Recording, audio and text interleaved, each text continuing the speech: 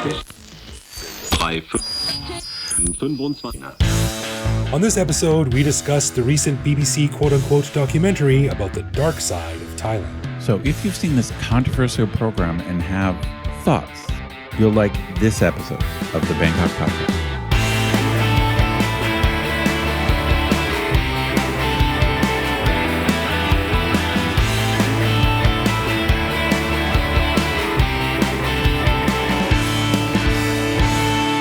Sawadee krap, this is the Bangkok Podcast. My name is Greg Jorgensen, a Canadian who came to Thailand in 2001 after an incident involving an ice fishing auger, a toque warehouse, and a very drunk moose named Jean Chrétien. I don't even know what those words mean, dude. It's deep cut Canada, man. And I'm Ed Knuth, an American who came to Thailand on a one-year teaching contract over 25 years ago. Fell in love with trying to correctly pronounce the Thai vowel Zara. So I never left. Yeah. Someone will go, no, it's not Sara, it's Sara. Oh, I'm sorry. You know, it's just for us Westerners, that's not an easy vowel. It just sounds like you're sick. Yeah. We stepped in a rotten egg or something. Ugh. That's pretty good. That might be the right way to teach that. Maybe. Just imagine yourself disgusted, and you'll nail that tone. All right, we want to give a big thanks to all of our patrons who support the show. Patrons get every episode a day early, behind-the-scenes photos of our interviews, a heads-up to send questions to upcoming guests, and access to our Discord server to chat with me, Greg, and other listeners around the world. But best of all, patrons also get an unscripted, uncensored bonus episode every week where we riff on current events and Bangkok topics. On this week's bonus show, we chatted about a rather large construction update to Lumpini Park that will see the Green Mile connection to Benjikiti Park get a huge upgrade, a frustrating story about me butting my head with Thai bureaucracy that reminded me of how Thai privilege works, and a story about fatherhood from Greg, who blamed his son for a mistake but ended up apologizing to him and his geography teacher. Let this be a lesson to you. Egg on my face. That's right. To learn how to become a patron and get all this good stuff, plus full access to over 800 bonus and regular back episodes, click the support button at the top of our website. That's right. And before we jump into things, I also want to mention that we are going to do another Q&A show. I think when we did the first one, Ed, we had dreamed that it would be an annual thing, but I think that was about, I don't know, three years ago. But so if you have questions, listeners, about the podcast, about how it gets made, about the problems we deal with, about the topics, or if you want to learn more about me or Ed or Bangkok or Thailand, whatever, send us a question, bangkokpodcast@gmail.com, and we'll gather those over the next month or so, and we'll do a whole show about that coming up where we answer all your questions. So send them in. And also from the corrections department. Now, you might remember we did a recent show where we were talking about the comparisons between a Protestant cemetery in Bangkok and a Chinese cemetery in Bangkok. And I asked the question, why are there still ghosts in Thailand if Buddhists are reincarnated? And me and Ed mused about this a little bit. We don't have the answers, but it was an interesting question. But we did get an email from one of our listeners, our friend Tim Buer. And he wrote, "Hey, Greg and Ed, I just listened to your cemetery show, and I thought you might want to know that ghosts are a fully Buddhist thing. It's not from old animist traditions. As briefly as possible, Buddhism teaches that rebirth happens in one of 6 realms: heaven, asura, human, animal, hungry ghost, and hell. The famous ghosts in folktales and nightmares reside in the hungry ghost realm. These are beings who are punished by insatiable desires. But almost every being in all 5 of the other realms can live on or visit our earthly realm. This would be a great show topic." I agree. Ed, what do you think about that? You know more about this than I do. Yeah, I'm not an expert on this, and I did some Googling around. And first off, a lot of what he's saying is accurate. So I can't remember exactly what I said. It's not correct to say ghosts don't exist in Buddhism. So I can't remember exactly how I worded it. Also, I think in Theravada Buddhism, there's 5 realms, not 6, but I could be wrong about that. But I will defend my point. I do think Thai Buddhism is influenced a lot from animism. So I think he's right, but I don't think I was totally wrong either. I think Thai Buddhism has absorbed, or especially Thai culture, and a lot of people think of it as Buddhism. So, my perfect example is the spirit house thing. Like I'm 90% sure the Thai spirit house is not in Buddhism. Okay, interesting. Is what I mean. But his point is well taken. There's a very supernatural. There are many supernatural levels in Buddhism for sure, and ghosts are one of them. Interesting. Well, I think we should have our friend Prop Pandit back on to talk about this, because he could probably come at it from both a Buddhist angle and a psychological angle, because he's big into the brain studies. Well, yeah, thanks for writing, Tim. That's cool. If you have any thoughts on what we talk about, let us know. All right, on this episode, we are going to throw our hat in the ring and join the chorus of voices commenting on the ridiculous BBC quote-unquote documentary that was just released called Thailand, The Dark Side of Paradise. Hosted by someone named Zara McDermott, no idea who she is.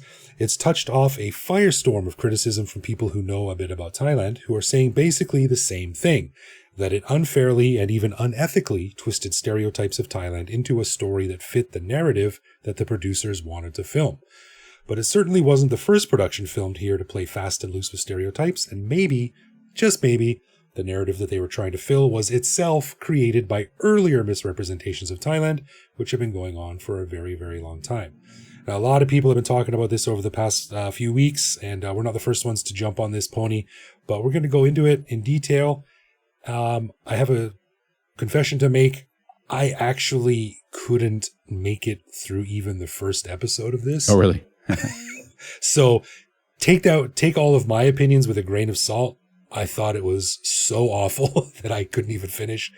But Ed, you watched a bit more of it than I did. What are your thoughts on this? Yeah, I believe also I only watched one full episode, so that's a good caveat. But then I watched a bunch of videos debunking it. So listeners out there, at first I was going to mention some of the debunking videos, but then I saw how many there were. So if you get on YouTube and you put in, BBC Dark Side of Paradise, debunking or criticizing, there's a whole bunch of expats here who are in the social media space who've just been destroying this show. I mean, just ripping it out. One of them is even from a guy who was in the documentary where he got interviewed, and he just said the BBC lied to me. He basically, the BBC approached him because he's a social media guy, an influencer, as they say in Thailand, and they approached him, and he said, "All right, I'll do it, but I don't want to talk about A, B, and C." And they said, "Fine, no problem." And then on camera, they asked him about the stuff they'd agreed not to.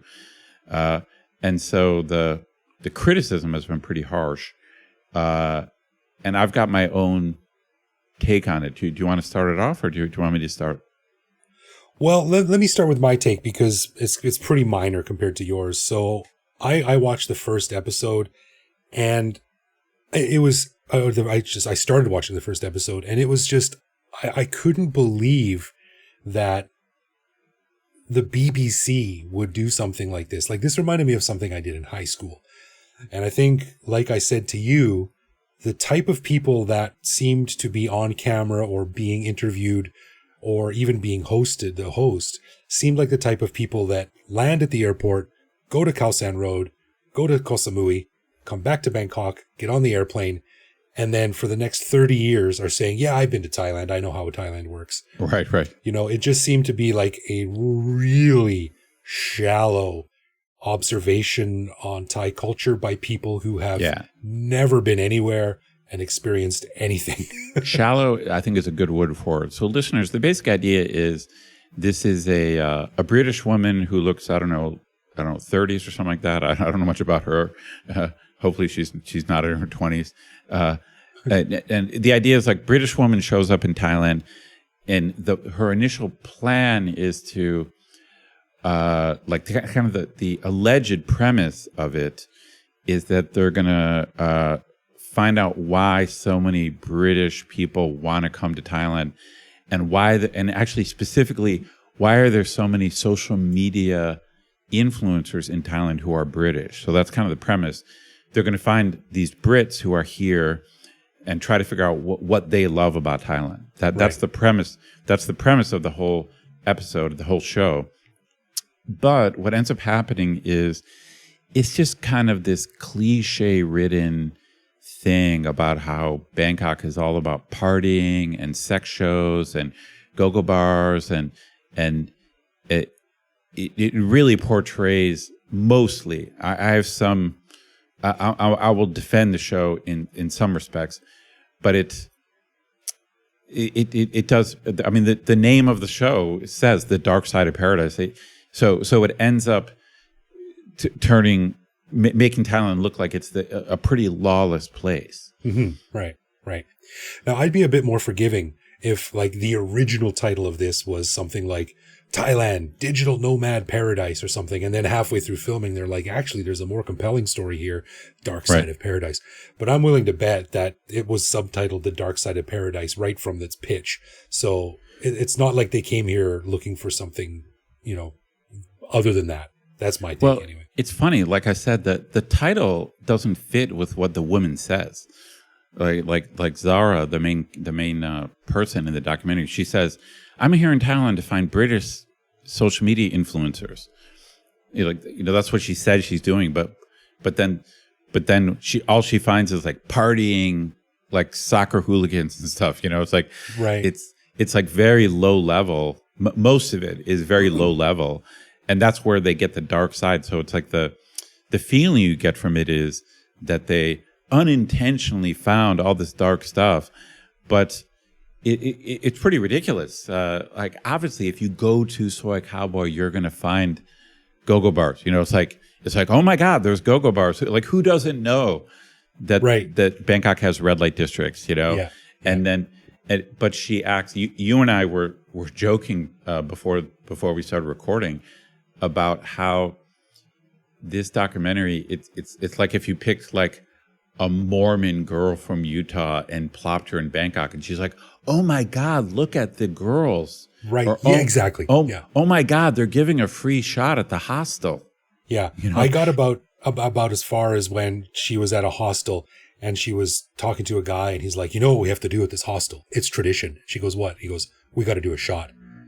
And it's like, holy shit, a shot? Are you kidding me? That's crazy. Like this thing that college kids have been doing since the beginning of time, Yeah. Like, and it's well shot, which the thing about production, what I've learned over the years is like, when something is supposed to be live, but it's kind of well shot and cinematic, it's like set up and planned, or, so she's doing shots with people and it all looks awesome. Yeah.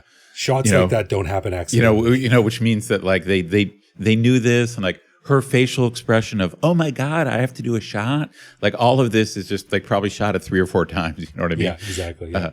And so and because it's made by the BBC, so if this documentary was actually made by a Mormon girl from Utah, then then it would actually be more believable. It would be like, the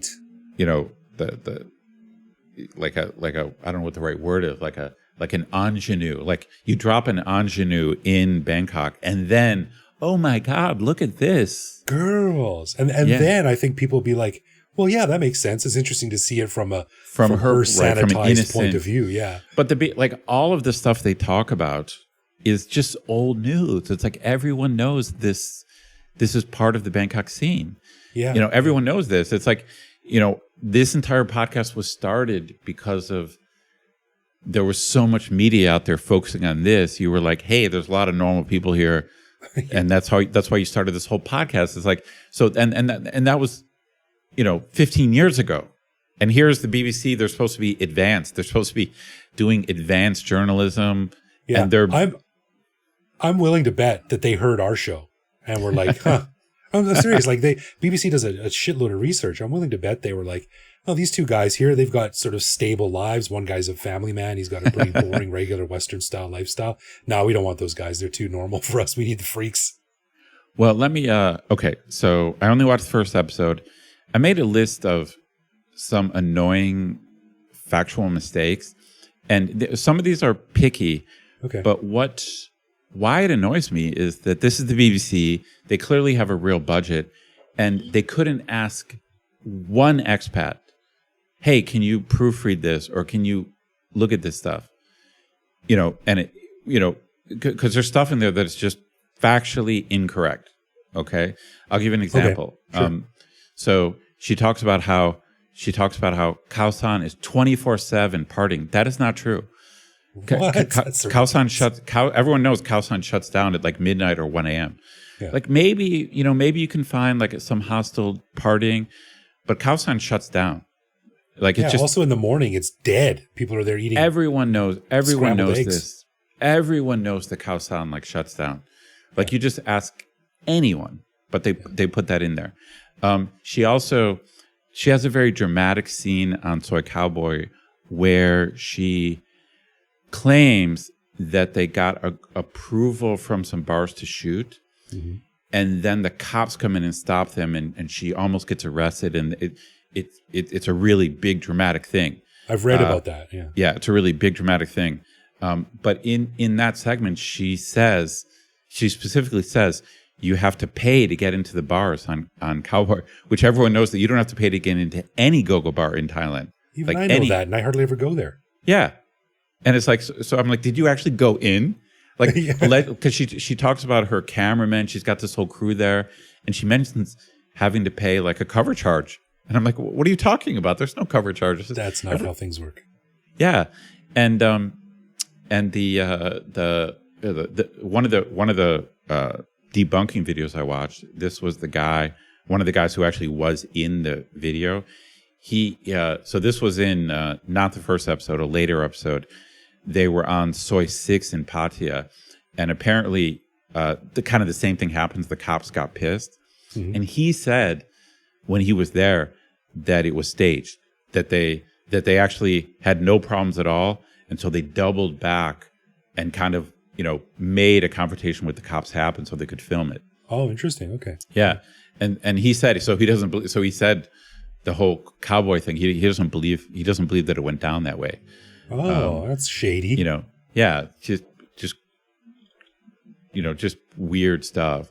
The other thing that so this was a little bit odd, and how do I best explain this? You and I both been here forever. We've heard a million stories. That doesn't mean we've heard every one, but this still just doesn't have the ring of truth. So I don't know how far you got in the first episode. So I don't know if you heard this, but she's at the hostel. There's a British woman there who's her guide. So you probably saw her. I saw the intro where the woman showed her the room. That's right. And that woman tells a story. And I'm just going to say it right here on the podcast what the story is.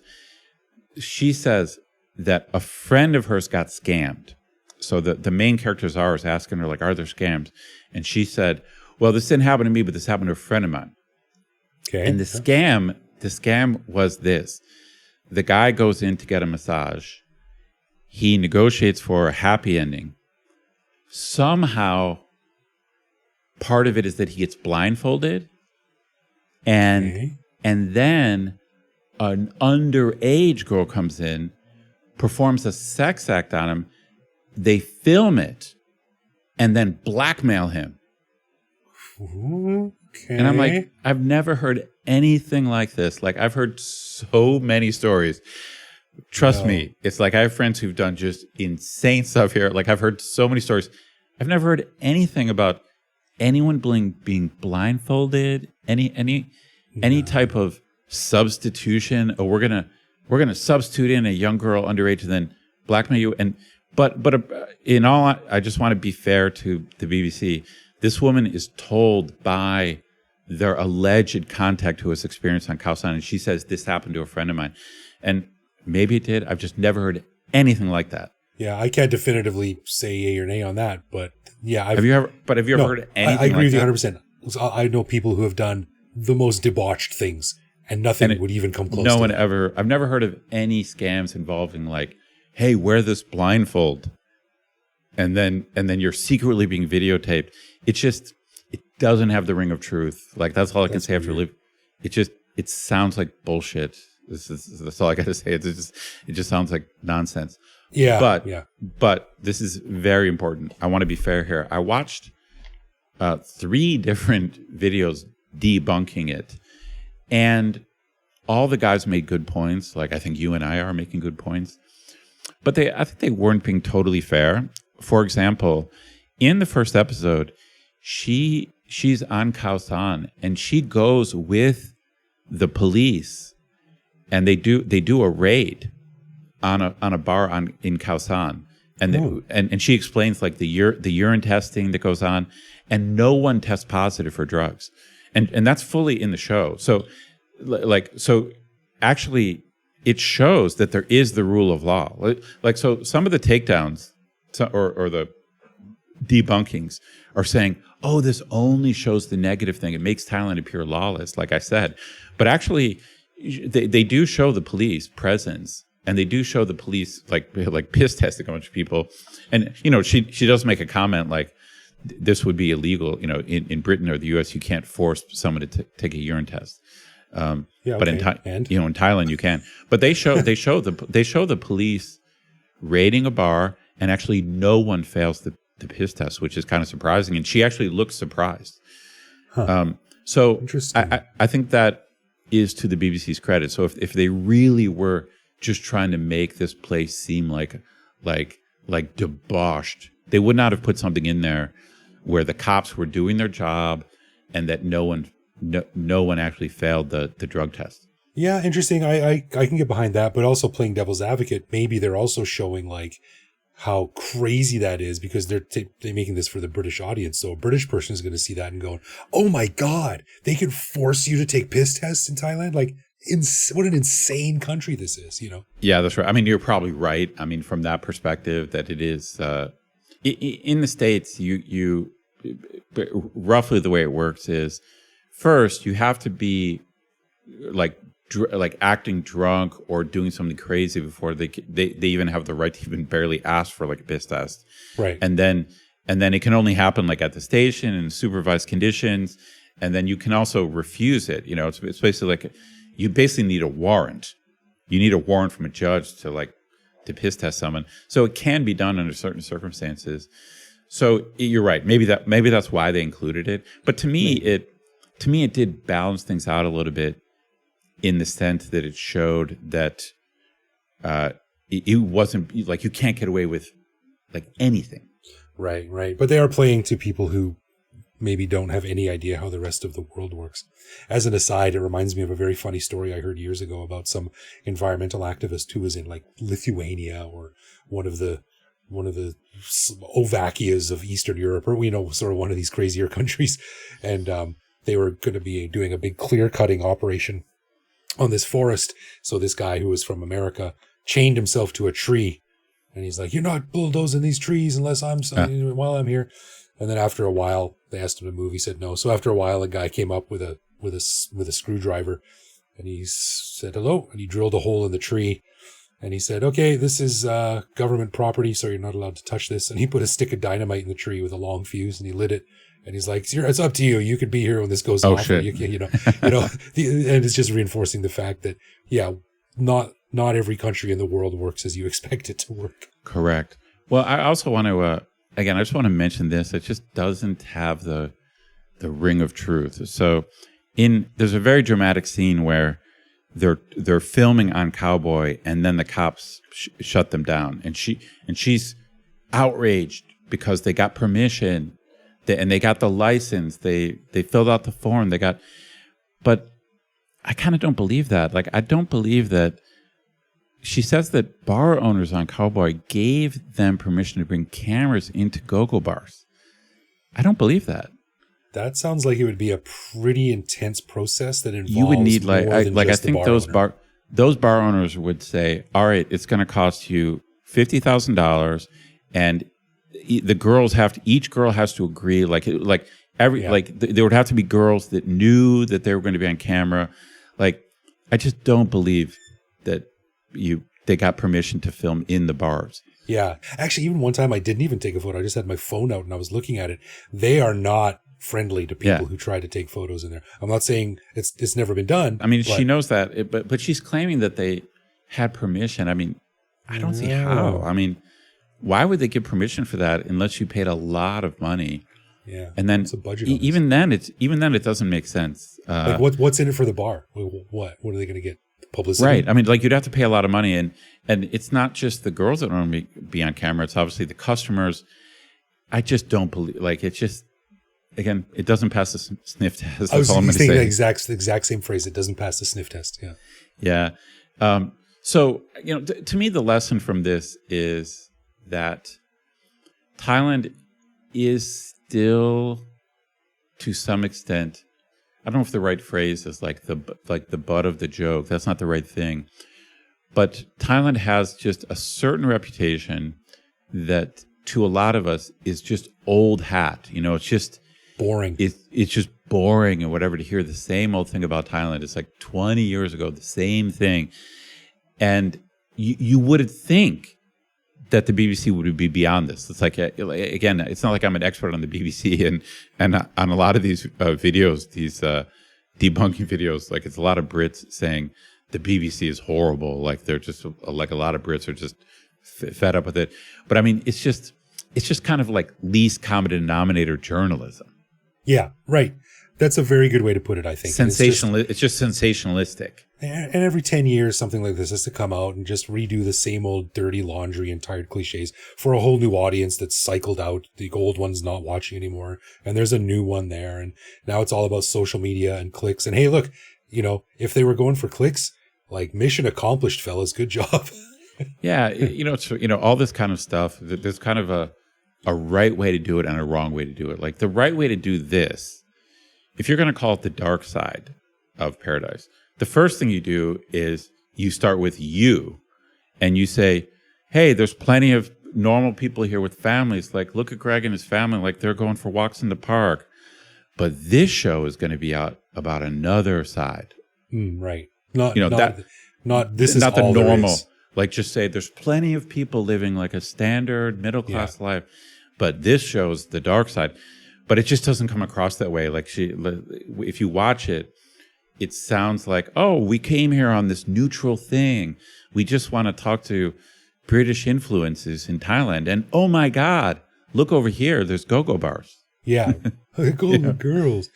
Yeah. Oh my God. It's just tired, cliched pap. Yeah. But which you might expect from like a completely low rent, like just for clicks shop. Yeah. But I wouldn't expect it from the PVC, but maybe I'm wrong. That's the thing. Yeah. Well, I was thinking that the reason that maybe the producers, we crap on the host and everything like that. She's someone who's got a minor amount of fame, and she was probably just a hired hand.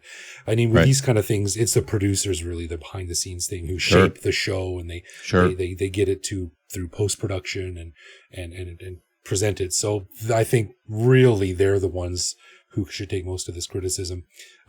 But I was kind of thinking like, well, maybe they're actually the victims here too, in a way, because they are also consuming media over the past 10, 20, 30, 40 years about Thailand. And maybe all they've seen is the same recycled cliches. And maybe that's all they know. Maybe they've never been here. So maybe they're sort of part of the process, this vicious circle as well. Yeah, but I mean, they're supposed to be journalists, like journalists. Yeah, you're right.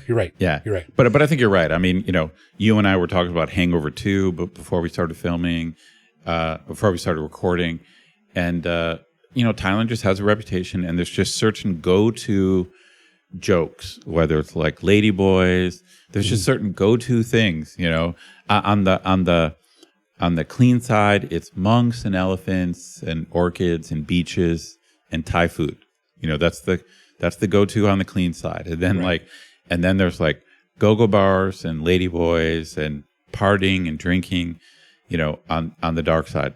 And that's not just Thailand too, man. Like most countries have those things. Right. To some extent.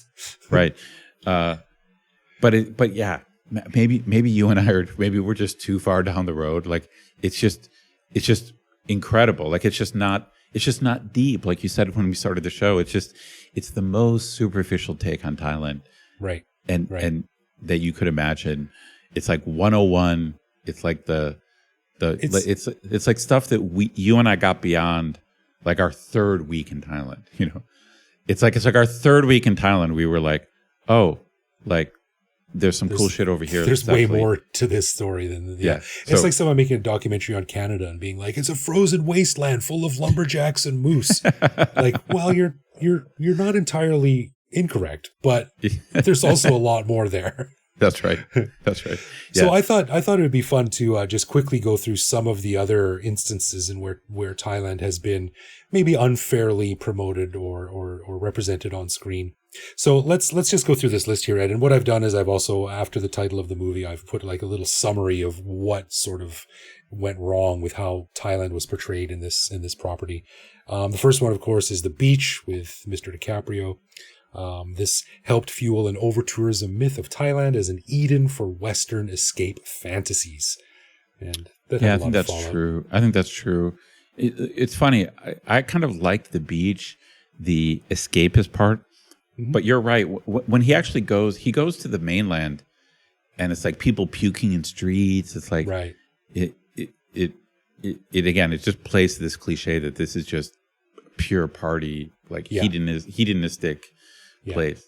Yeah. Of course, we have The Hangover 2, which, by the way, is a guilty pleasure of mine. I think it's really funny.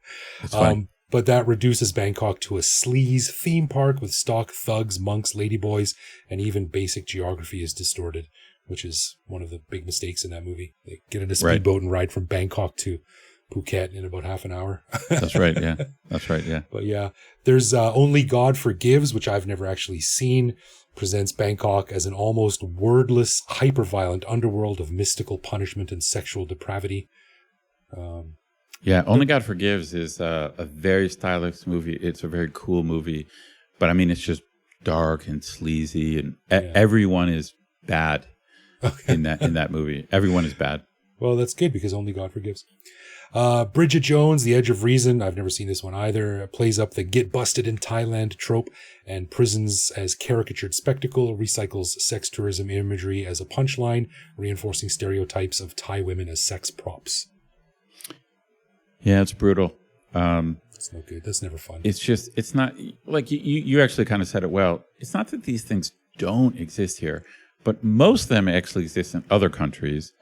And then there's so much more in Thailand that's just being ignored. Yeah, exactly. Yeah. There's Broke Down Palace, which is quite I like that. Claire Danes. That's a good movie. That's a good movie, actually. Yeah.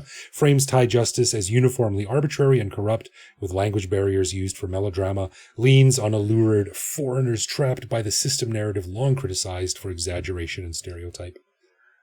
Agreed. Yeah. And then the last one is the famous one, The King and I. King Mongkut as a buffoonish despot tutored into civilization by a plucky Western governess, and how she improves his backward court. So that movie is actually banned in Thailand, so you can't get it here. That's right.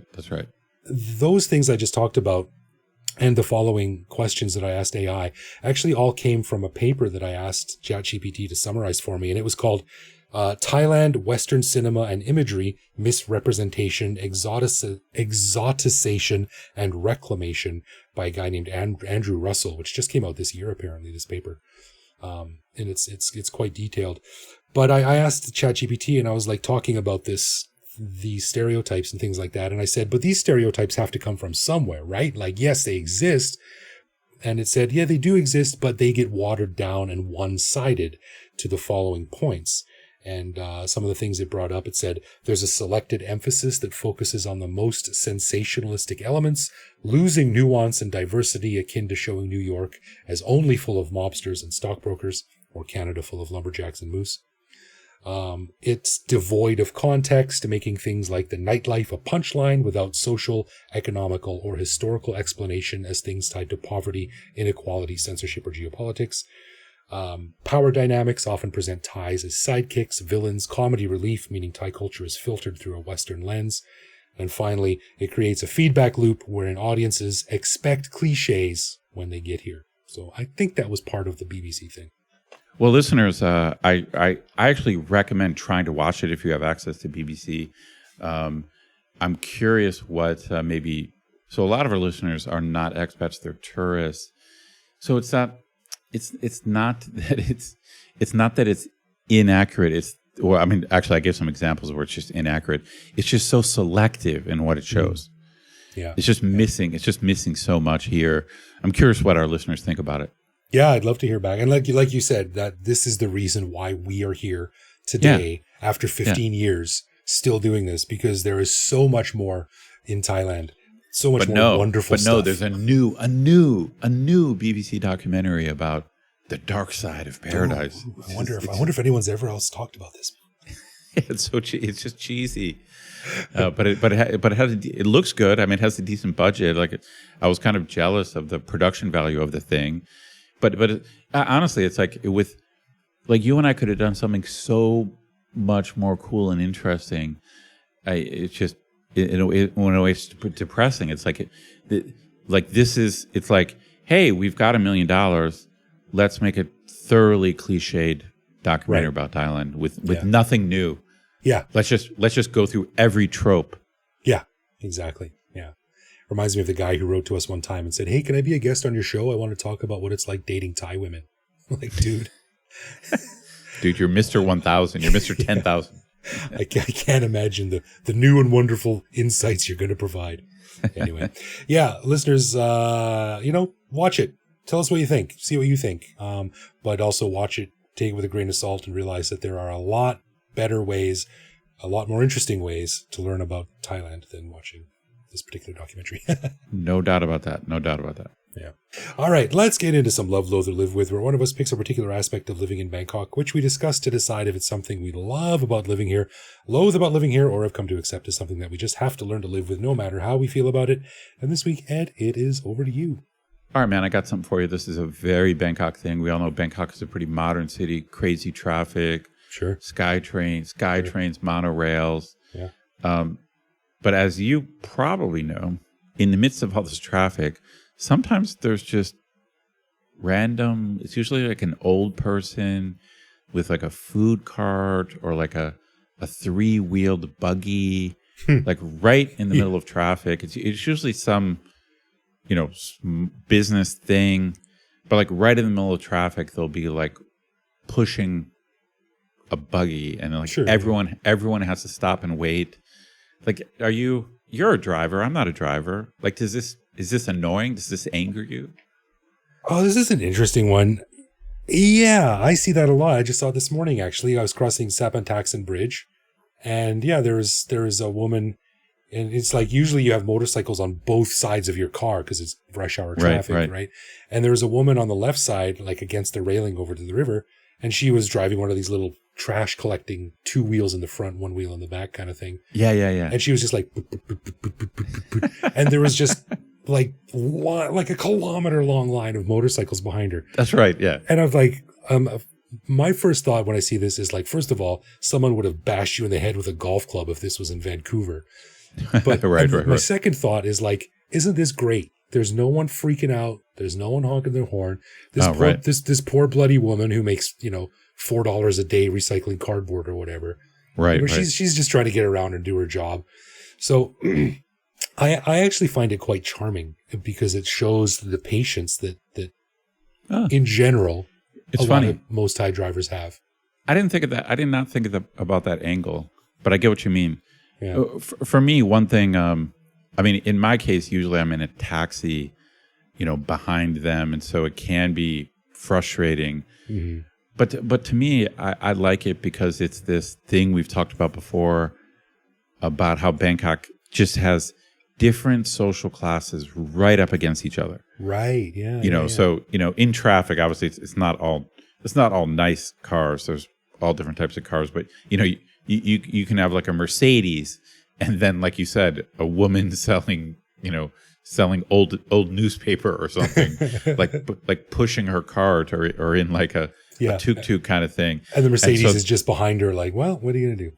Yeah. And they're like right next to each other. That's Bangkok. It's like 5-star hotel next to like a slum. Right. Now, if she was taking up the entire lane on a 1-lane highway for 15 kilometers, be a different story. But you know, most of the time, if you're stuck behind someone like this, it's a couple of blocks and then you're out of it. So yeah. I mean, I wish I could say love. I can't say I love it, but it's not. I feel like it has, even though it's inconvenient, it just kind of has social significance. You know, it's like some flavor. Yeah. It gives Bangkok some flavor. Yeah, it's like when people stand or don't stand in a movie theater. Like, it might not seem like much, but it actually shows a surprising level of depth and texture. There's some meaning. There's some meaning there. So I'm going to say live with. I'm a live with a smile. Like, what are you going to do? All right. I like that. Yeah, good one. All right. A final thanks to our patrons who support the show. Patrons get a ton of cool perks and the warm, fuzzy feeling knowing that they're helping in our never-ending quest for cool content. Find out more by clicking support on our website. And connect with us online. We're Bangkok Podcast on social media, bangkokpodcast.com on the web, or simply bangkokpodcast@gmail.com. We love hearing from our listeners and always reply to our messages. Yeah, and you can listen to each episode on YouTube. You can send us a voicemail through our website that we'll feature on the show. Like I said, we're taking questions. If you got a question, send us a voicemail if you want to do that. Hit me up on Blue Sky at BKK Greg. Thank you for listening, everyone. Take it easy out there, and we'll see you back here next week. For sure.